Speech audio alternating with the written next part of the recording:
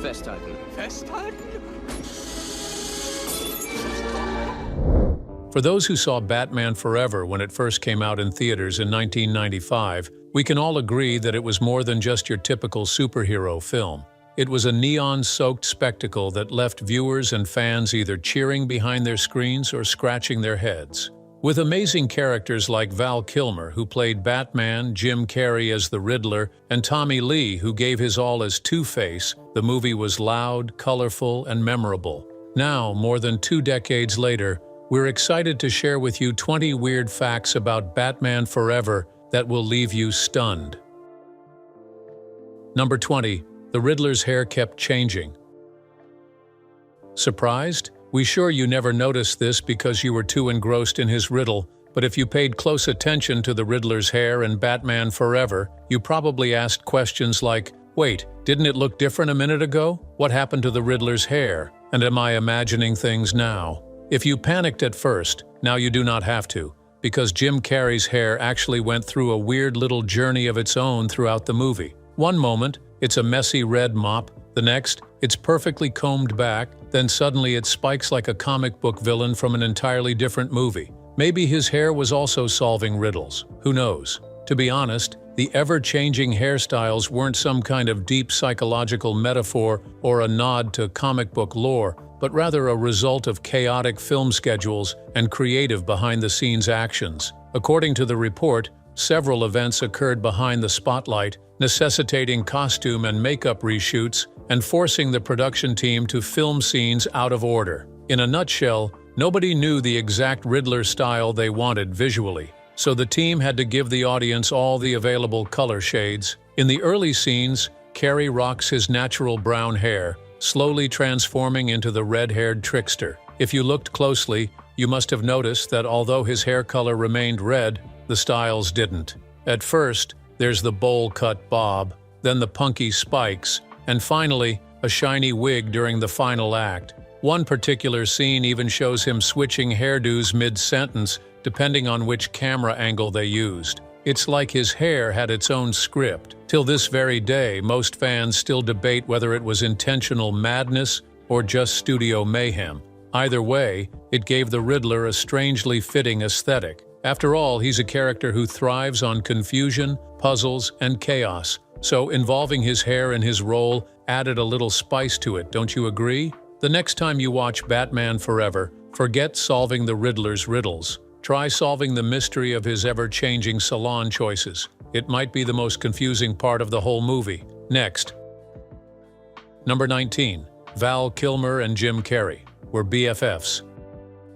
Yes, while we were served premium entertainment on our screens, lasting friendships between crew members were established on set. While some characters were allegedly having cold wars behind the camera, Val and Jim were actually bonding like long-lost brothers. Every human has personal problems, but the thing is, not everyone would want to share or open up to people who express concern. Both Val and Jim came into the film with heavy personal issues. According to the report, both actors lost their fathers around the time of production, and they also shared humble beginnings and struggled before finally gaining entrance into the Hollywood movie industry. Over time, these two men developed a bond that was impervious to neon chaos and rubber suits. Carrey, known for being wild and highly unpredictable, strangely found calmness and comfort in Val's more serious energy. At the same time, Val, on the other hand, seemed to enjoy Carrey's contagious sense of humor and willingness to turn even the most awkward situations into comedy. According to behind-the-scenes stories, while other characters were munching on something or gulping a glass of water during downtime on set, these men were seen discussing life, loss, family, and fame. Even though Batman may have appeared to be attempting to stop the Riddler's insanity in their scenes, these two were frequently seen having private jokes and quiet conversations after the cameras stopped rolling. In an environment where tensions were high and not everyone was getting along, their unexpected friendship became one of the rare bright spots on set. So while the film gave us a battle of brains and brawn, behind the curtain, it was more like two artists leaning on each other when they needed it most. Sometimes the real heroics happen between takes. Next. Number 18. While on set, two cast members were going through a divorce.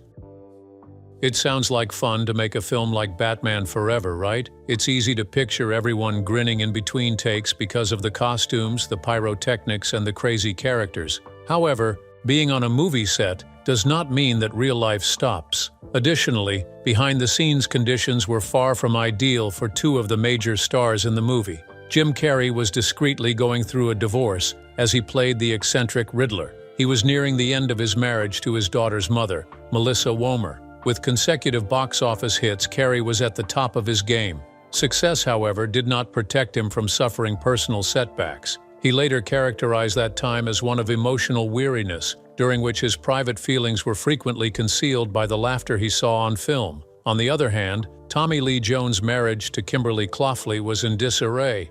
Jones, who was known for being solemn and frequently reticent, didn't talk about it much in public, but the consequences were evident. Although he was portraying a villain with two personalities, the tension may have been simmering beneath the surface. It is indeed weird to realize that in the midst of the extravagant drama on set, two of the film stars were going through their private struggles, and their personal lives were also changing in ways that the screenplay couldn't foresee when the cameras were rolling. Next. Number 17. The film could have been a prequel. What if Batman Forever was never meant to be a sequel, but something different? Imagine heading into the cinema in 1995, expecting the continuation of Tim Burton's darker Batman universe, only to discover you are being taken back to the beginning of Bruce Wayne's story. That was one of the earliest concepts floating around Warner Bros. Before production locked in. The studio toyed with the idea of exploring Batman's first year in Gotham, introducing his earliest battles and relationships, almost like a cinematic reset button. In this alternate timeline, Val Kilmer would still have been Batman. Still, instead of picking up from Batman Returns, the audience would have been plunged into the emotional weight of Bruce's parents' murder, his first encounter with the Batcave, and his awkward early attempts at crime fighting. This prequel concept also meant the Riddler's origins could have been far more elaborate, possibly giving us more time to watch Edward Nygma's descent into full-blown villainy. However, Warner Bros. Quickly decided to abandon the prequel route, fearing it would confuse audiences who had just grown attached to Michael Keaton's version of the character. They worried that switching tone, cast, and timeline all at once would be too risky. Instead, they settled for a hybrid approach, a continuation of the franchise with fresh faces and a lighter tone. However, it is fun to think about how different Batman Forever might have been if it had served as the opening chapter.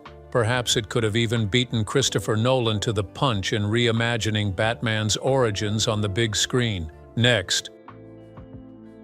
Number 16. Val Kilmer had a difficult relationship with the movie director.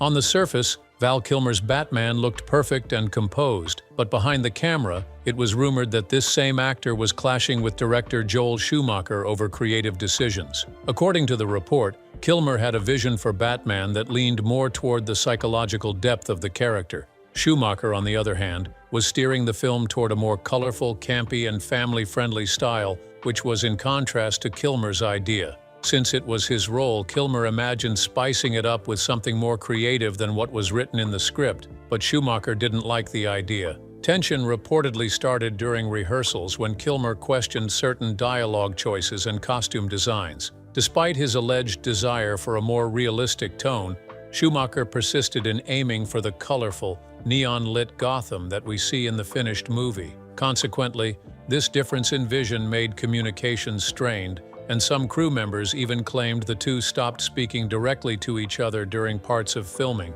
relying on intermediaries to pass along directions. How weird. While Schumacher later said Kilmer was psychotic in his behavior, Kilmer defended himself by insisting he was simply passionate about making Batman a serious hero, not a toy-selling spectacle. Their conflicting personalities made the set tense, which may be why Kilmer only donned the cape and cowl once before George Clooney took his place in Batman and Robin. It is fascinating to imagine what Batman Forever might have looked like if the director and star had been in sync. Would the film have been darker or more memorable? Next. Number 15. Tommy Lee Jones and Jim Carrey were not on good terms. What do you get when you put a serious, no-nonsense actor in the same room as a wildly unpredictable comedian?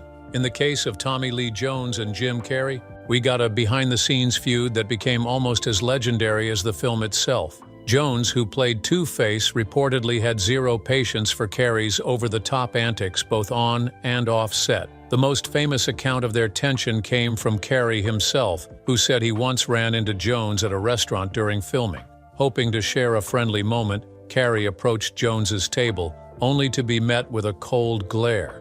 According to Carrey, Jones said, "I cannot sanction your buffoonery." It was a cutting remark that made it clear the two would never be best friends. Part of the problem was their completely opposite acting styles. Jones was methodical and serious, while Carrey thrived on improvisation and energy. On set, this difference created an awkward dynamic, especially in scenes where their characters had to work closely together. Despite the tension, their performances in Batman Forever were memorable, with Carrey delivering an unrestrained Riddler and Jones leaning into an exaggerated, chaotic Two-Face. The very lack of chemistry between the two actors may have made their villainous rivalry on screen feel more authentic. Sometimes, art really does imitate life. Next. Number 14. Jim Carrey had a strange way of getting into character. If you were given a role in one of your favorite movies, how far would you go to become your character truly? For Jim Carrey, the answer was all the way into madness. To play the Riddler, Carrey reportedly adopted a methodical approach that had him living, breathing, and thinking like Edward Nygma for the entire shoot. Carrey, famous for his physical comedy and elastic facial expressions, didn't just memorize lines. He would reportedly show up on set hours before filming, practicing exaggerated movements and expressions in front of a mirror until they felt second nature. He wanted the Riddler to be more than just a villain. He wanted him to be a force of chaotic energy that could steal every scene. He even kept a green cane with him off camera, twirling it during breaks and occasionally speaking in riddles to the crew just to stay in character. Some co-workers found it hilarious. Others found it exhausting. For Carrey, this immersion was essential to creating the manic unpredictability that defined the Riddler. There were also stories of him experimenting with different vocal pitches and speech rhythms on the fly, forcing other actors to adjust in real time.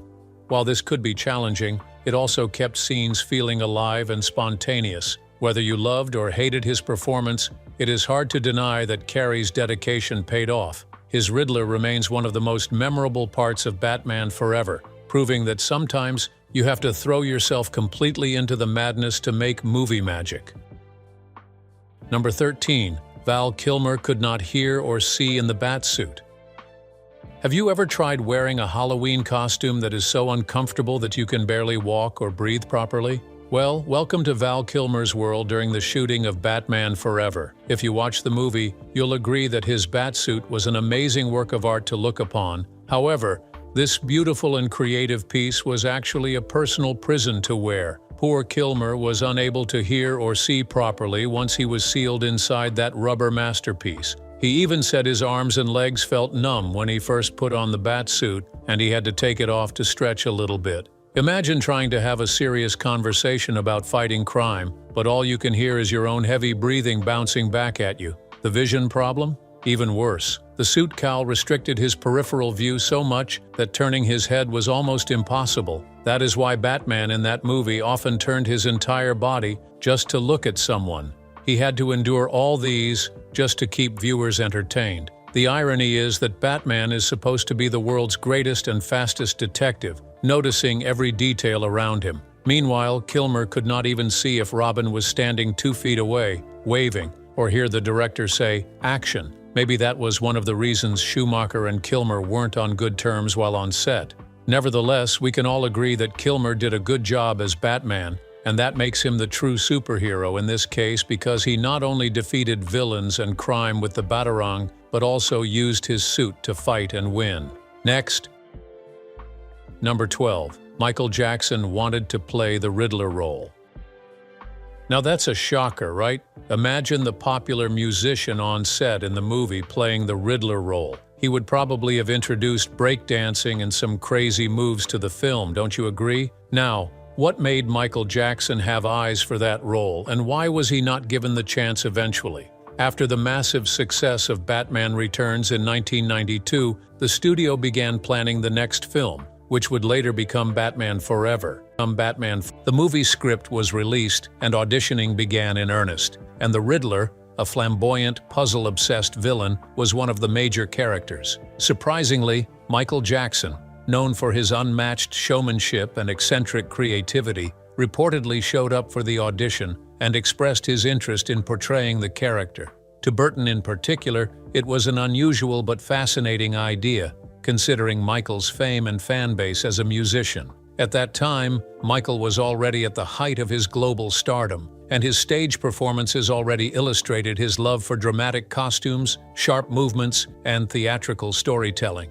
A member of the movie production team opined that the Riddler's personality, which was scripted to be filled with quirks and flamboyance, could have given him a chance to combine his musical charisma with an unpredictable villainous role, and would also attract millions of views since Michael was already a star in the entertainment industry. Reports revealed that Michael had already dabbled in acting projects like The Wiz and his amazing music videos, which most of the time felt like mini-movies, so Batman Forever was obviously not his first attempt at acting. However, after much deliberation, the role finally went to Jim Carrey, whose over-the-top comedic energy fit the direction the filmmakers wanted. While Jim nailed his role by delivering an unforgettable and widely exaggerated Riddler, it is intriguing to imagine what the film would have been like if Michael Jackson had stepped into the green suit and hat.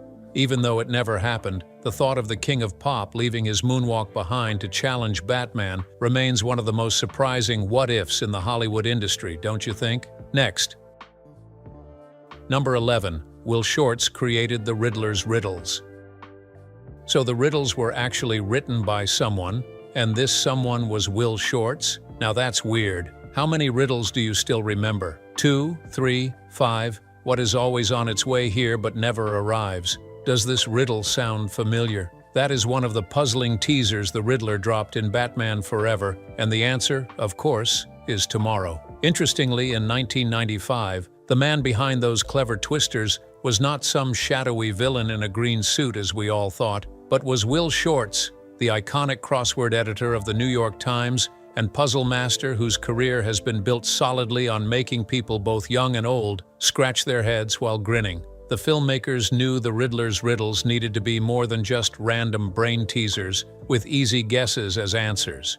They had to be tricky enough to challenge Batman and still be fun enough for viewers to enjoy. That is where Shortz's name was suggested. Without objections, he was hired to create original riddles that could fit effortlessly into Edward Nygma's strange persona, and that task wasn't as easy as it sounds. Imagine transitioning from editing ordinary Sunday crosswords to helping Jim Carrey taunt Gotham's Dark Knight. Now that doesn't sound too easy, does it?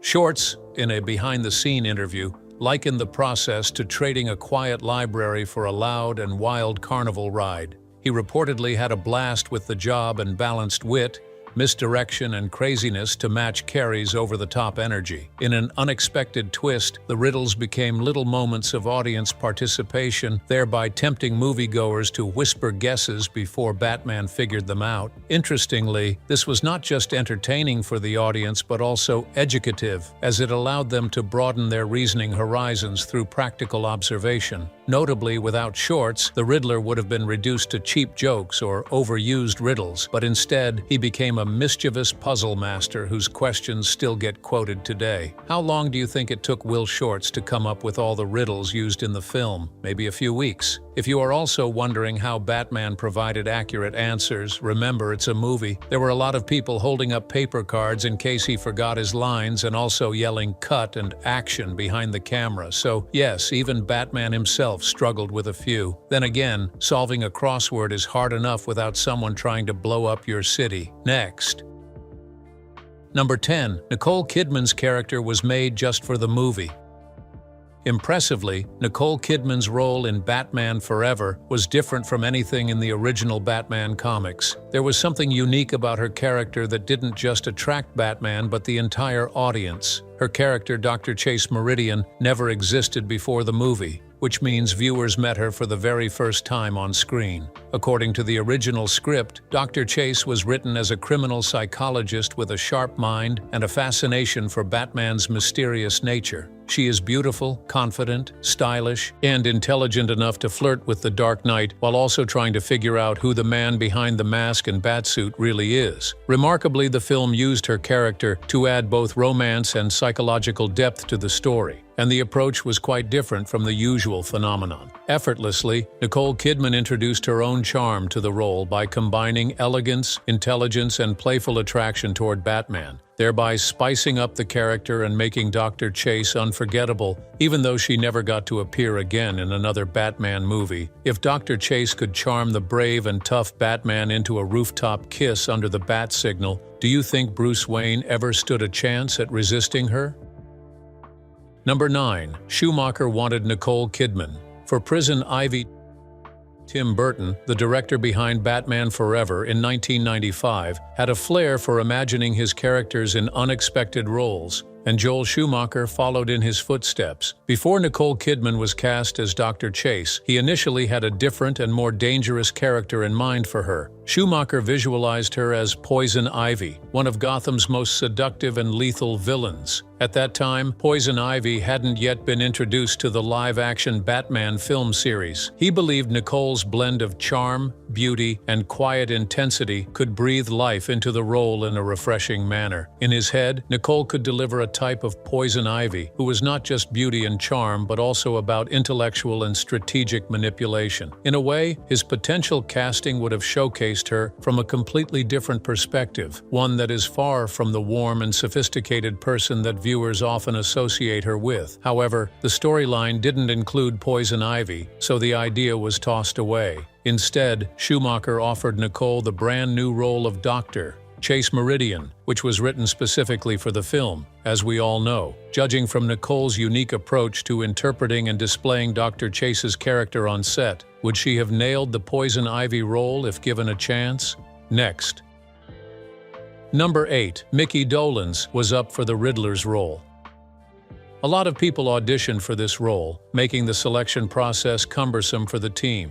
Jim Carrey was indeed one lucky guy. However, before he wore the green suit with question marks as the Riddler, another surprising name was on the list. And this person was none other than Mickey Dolenz, the drummer and vocalist of the 1960s pop rock group named The Monkees. On the surface, Mickey might have seemed like an unusual choice for the role, but in Hollywood, unusual and strange sometimes means intriguing. Reports at that time opined that the producers considered Mickey because of his quick wit, charisma, and a certain mischievous charm that could translate into Edward Nygma's personality if properly utilized. The idea of Mickey trading his drumsticks for riddles, mind games, and a green suit may have seemed like a bold casting risk. Unfortunately, it was never actualized because Mickey was always forgetting his lines during auditions. While his take on the character will forever remain a what-if in Batman history, it does make one wonder how different the style and tone of the Riddler would have been under his portrayal. Would audiences have embraced a more measured, sly villain instead of Carrey's hyperactive whirlwind of chaos? No one knows. Next. Number 7. Robin was almost played by Leonardo. Before Chris O'Donnell swooped in to don the cape as Batman's sidekick, Leonardo DiCaprio was very close to becoming Robin. Yes, the same Titanic heartthrob could have been flipping around Gotham instead of brooding on a sinking ship. Director Joel Schumacher reportedly had a chat with Leo, but young DiCaprio decided to pass on the role. Maybe it was the green tights, maybe it was the pressure of living in Batman's shadow, or maybe he just did not want to share screen time with Jim Carrey's over-the-top Riddler. Imagine a movie where Robin could look into the camera with those puppy eyes and charm villains into surrender. Fans have often wondered if Leo would have brought a more serious, dramatic flair to Robin, or if he would have leaned into the campy fun. Chris O'Donnell did an admirable job, but picturing Leo bantering with Val Kilmer while dodging exploding question marks is pure entertainment. In hindsight, perhaps Leo dodged a bullet, or at least a batarang, by skipping this gig. After all, just a couple of years later, he was dancing on the bow of the Titanic and winning over audiences worldwide. Still, it is fun to imagine if Gotham would have been safer with DiCaprio in the driver's seat of the Batmobile. Next. Number 6. Jim Carrey. Wanted a question mark carved into his head. When Jim Carrey took on the role of the Riddler, he did not hold back. His version was loud, wild, and dressed like a lime green Christmas ornament. However, Carrey had an idea to push things even further. He actually suggested having a real question mark shaved and carved into his hairline. This was not just a simple buzz cut. He envisioned a visible, perfectly shaped punctuation mark that would scream, "Yes, I am the Riddler and I am fabulous." Costume designers and the makeup department reportedly loved his enthusiasm, but also had concerns. First, hair grows back fast, so they would have to redo the carving constantly. Second, it might have been distracting, even for a movie already bursting with neon and glitter. Carrey eventually settled for the iconic green suit covered in question marks, which has since become one of the most memorable costumes in Batman history. While audiences never got to see the human punctuation look, the fact that he wanted it shows just how deep he dove into the role. It is a little scary to think what might have happened if the makeup team said yes. Gotham might never have recovered from the shock of Jim Carrey bouncing across the screen with a giant green question mark on his scalp. Number 5. Originally, the Riddler wasn't Edward Nygma, but Lyle Heckendorf. Before Jim Carrey brought Edward Nygma to life, the scriptwriters toyed with a different Riddler altogether. His name? Lyle Heckendorf. Yes, it sounds less like a criminal mastermind and more like the guy who sells you used office chairs. Early drafts portrayed Lyle as a disgruntled computer genius who used his hacking skills to wreak havoc in Gotham. Instead of riddles, he relied on cryptic codes and digital traps, making him more of a cyber villain than a flashy puzzle master. Somewhere along the production line, the studio decided audiences wanted something bigger, louder, and way more theatrical. Enter Edward Nygma, the eccentric showman with a love for riddles, neon lights, and questionable fashion choices. Rewriting the character allowed for Jim Carrey to go full manic energy, bouncing off walls and making every scene feel like a chaotic game show. Unfortunately, poor Lyle Heckendorf never stood a chance against Carrey's green-suited whirlwind. Still, you have to wonder what a more grounded, tech-based villain might have brought to the movie. Would we have had fewer exploding question marks and more hacking montages? Would Batman have had to brush up on his coding skills instead of his detective work? Either way, Gotham should probably be thankful they chose chaos over computer manuals. Next. Number 4. A giant bat was cut from the movie. After all, the movie title is Batman Forever, so the giant bat just wanted a role as well. Somewhere in the deep vaults of Warner Brothers lies footage of Batman standing face to face with a massive bat. No, this was not Man-Bat from the comics, but rather a surreal, dreamlike moment meant to symbolize Bruce Wayne fully embracing his alter ego. In this scene, Val Kilmer's Batman would encounter the towering creature in a dark, cavernous space, almost like a spiritual handshake between man and bat. Director Joel Schumacher reportedly shot the sequence, but it was eventually trimmed from the final cut, possibly to keep the movie's tone lighter and avoid scaring kids who just came to see neon lights and explosions. The giant bat scene might have been one of the most visually striking moments in the film, adding an extra layer of psychological depth to Batman's character. Instead, the theatrical version kept things more colorful and campy, which fit the overall vibe but sacrificed some of the darker, more mysterious elements. Fans who have seen the deleted footage agree it would have given the film a powerful and symbolic edge. Imagine Batman locking eyes with a bat the size of a small car, silently agreeing to carry its mission into the night. It is the kind of weird that might have made the movie legendary. Number 3. Seal's songs were not written for Batman.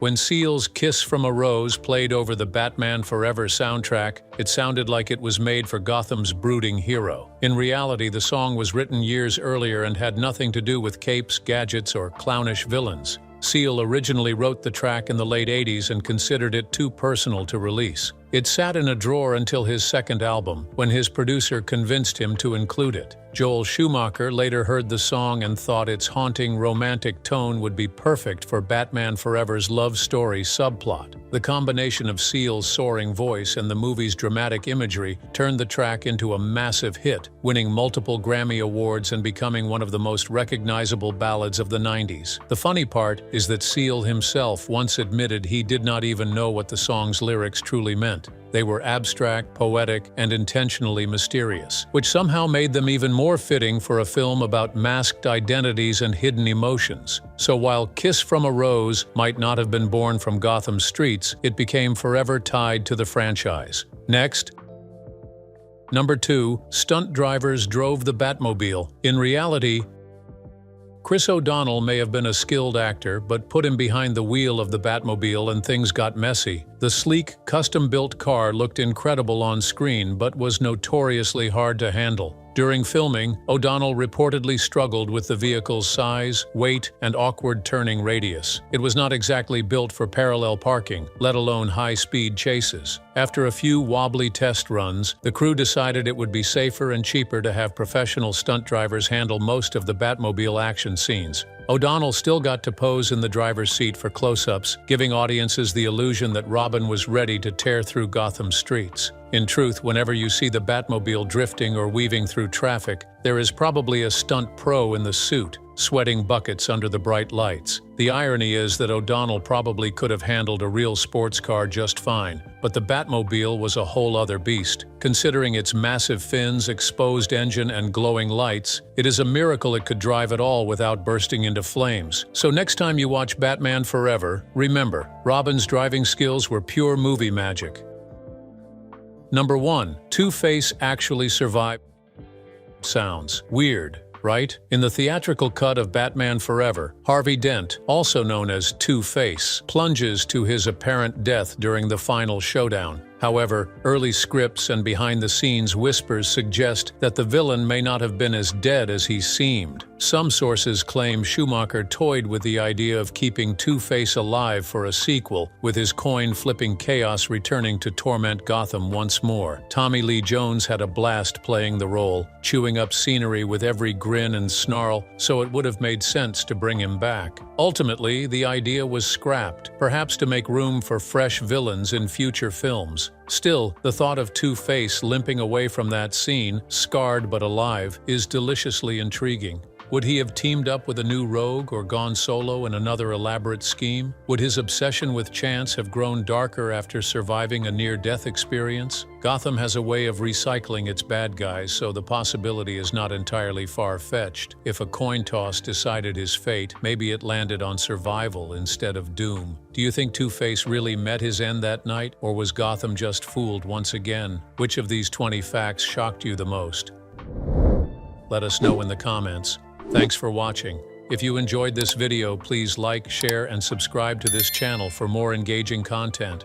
Before you go, watch the other videos on your screen.